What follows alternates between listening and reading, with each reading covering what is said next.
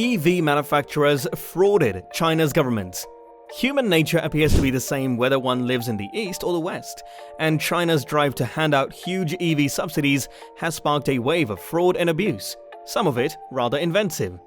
Last year, the world's largest car market made news with electric vehicle sales. China is also said to have become the largest market for electric automobiles in the world.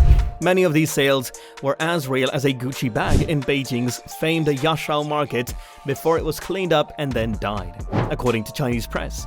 Electric vehicles in China are known as new energy vehicles, and the word encompasses anything from a plug-in hybrid to a pure battery electric vehicle. Simple hybrids were originally included in the criteria, and in China, one can never be sure if they still are. The genuine sales figures are also becoming a bit hazy. In the midst of a scandal that culminated in 32 arrests, a fanciful concept for a traffic crossing electric tram broke apart. Companies received subsidies for full electric bus plants that never existed in another scenario.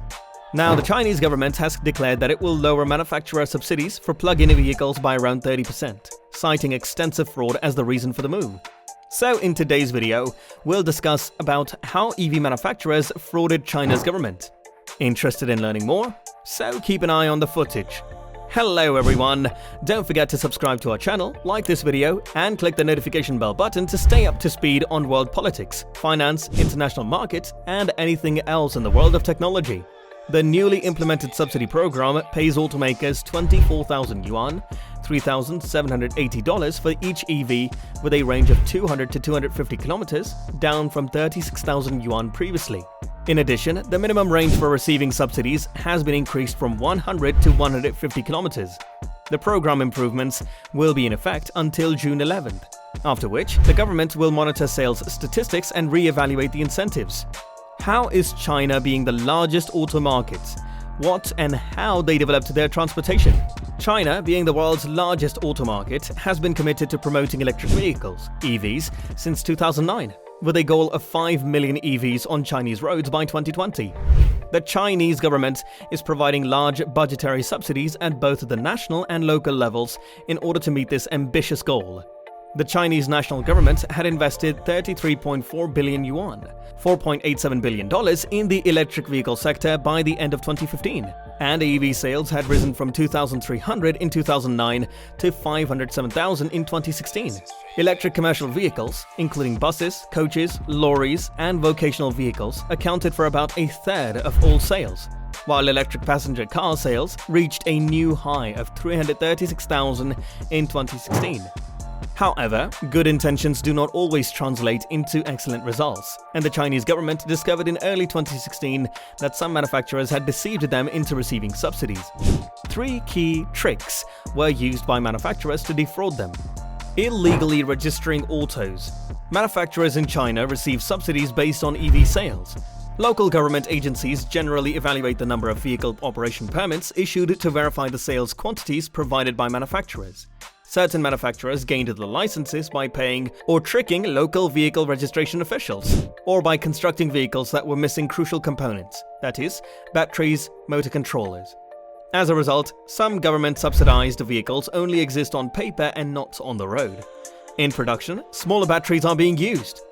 China's electric passenger car subsidies are based on driving range, which is mostly determined by battery size. Longer-range vehicles may be eligible for larger subsidies. The size of the battery determines the extent of the subsidy for certain types of commercial vehicles. During the type approval process, several manufacturers supplied their test vehicles with huge batteries, but in actual production, they switched to smaller batteries. Due to a lack of effective enforcement, automobiles with these smaller batteries, which were less valuable, got subsidies equal to those with larger type approval batteries, which were more valuable.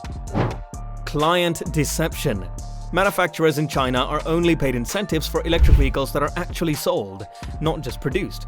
However, the examination showed that some manufacturers received the subsidies by selling their automobiles to themselves rather than to end users.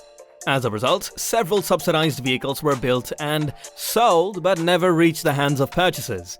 During the 2013 to 2015 period, the national probe looked into 90 firms and 401,000 electric vehicles sold. To date, the Chinese government has publicly stated and confirmed that 8,015 automobiles, 2% of total sales, produced by 12 companies, are involved in the scandal. Almost 80% were commercial vehicles. See here and here. However, because the Chinese government has yet to issue the full investigative report, it is too early to say how many automobiles were involved. The subsidy fraud controversy drew widespread criticism of China's EV policies, with some questioning whether the subsidies should be continued at all. To be fair, utilizing fiscal subsidies as an incentive is not a bad thing in and of itself. In the United States and Europe, fiscal subsidies are a major driver of EV adoption, and the same is likely true in China. However, subsidy fraud was primarily caused by flaws in policy design and implementation, which must be remedied. The Chinese government has identified these flaws and is working hard to close them.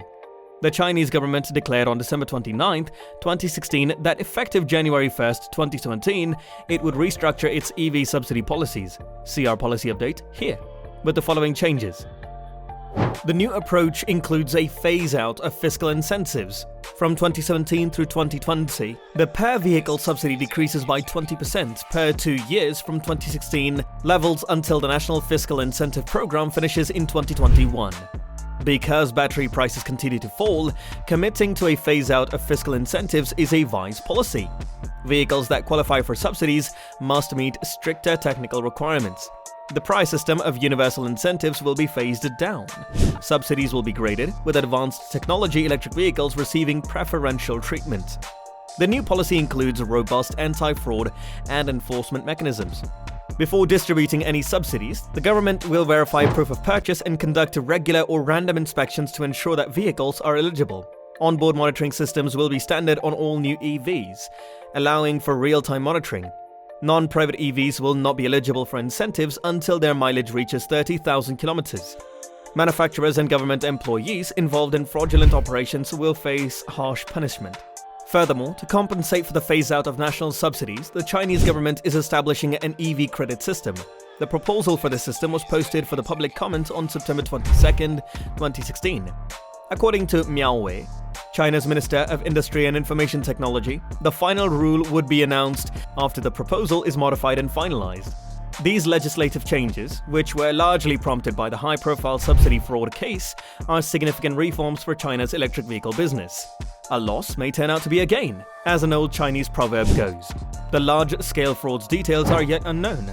Taiko Feiter, who runs the reputable carnewschina.com website in Beijing, China's capital, describes the MO.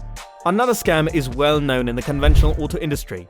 A province and national license are required for any vehicle manufacturing in China. However, both licenses are extremely difficult to obtain. Smaller businesses frequently engage in unscrupulous activity.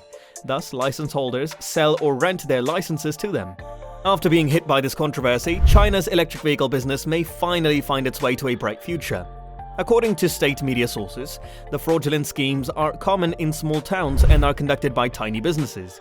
China's observers are skeptical of this allegation. Some believe that attention is diverted away from huge corporations that commit large-scale fraud. Another popular belief in China is that huge state-owned corporations are using the inquiry to eliminate smaller competitors. In China, neither would be unusual. Will China retain its eco-vehicle condition? Despite of such hustle, will EV continue its market? Having said that, as we near the finish of this video, we'd like to thank you all for sticking with us. If you enjoyed the video, please click the like button. Most importantly, if you want to be kept up to date on anything related to Elon Musk, you should subscribe to the channel and press the bell icon. Look forward to seeing you in the next one. Until then, peace.